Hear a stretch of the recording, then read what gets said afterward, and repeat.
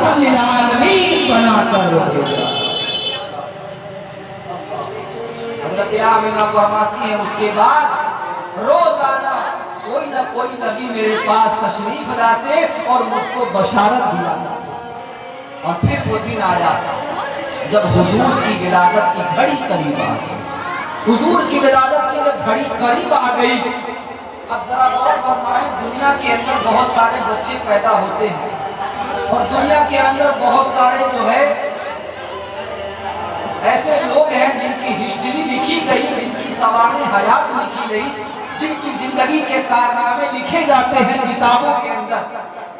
لیکن کسی بھی انسان کی زندگی کو پڑھیں تو لکھا ہوتا ہے کہ فلاں سن میں پیدا ہوا اور انہوں نے فلاں جگہ جا کر تعلیم حاصل کری، فلاں کارنامہ کیا، اس کے بعد فلاں سن میں ان کا انتقال ہو گیا۔ اب چاہے وہ کسی بزرگ کی ہو یا کسی دنیا دار کی ہو، سوانح حیات کے اندر ان کی زندگی کے کارنامے ہوتے ہیں،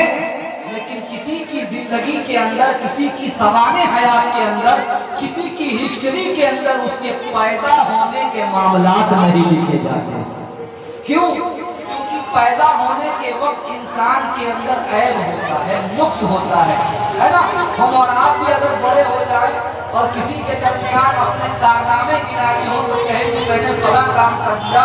میں نے فلاں کام کیا، میری پہنچ فلاں سے ہے، میری پہنچ فلاں سے ہے، جب میں اتنے سال کا تھا تب میں نے یہ کام کر لیا تھا، جب میری عمر اتنی تھی تب میں نے یہ کام کر لیا تھا۔ لیکن اگر اس سے پوچھا جائے کہ جس وقت تم پیدا ہوئے تھے اس وقت کی کچھ باتیں بتاؤ تو وہ نہیں بتائے گا۔ کیوں؟ کیونکہ انسان جب پیدا ہوتا ہے تو گندگی میں لتھڑا ہوا ولادت کے اوپر لگی ہوتی ہے، وہ جو ہے تمام طرح کی نجاستوں کا مجسمہ ہوتا ہے،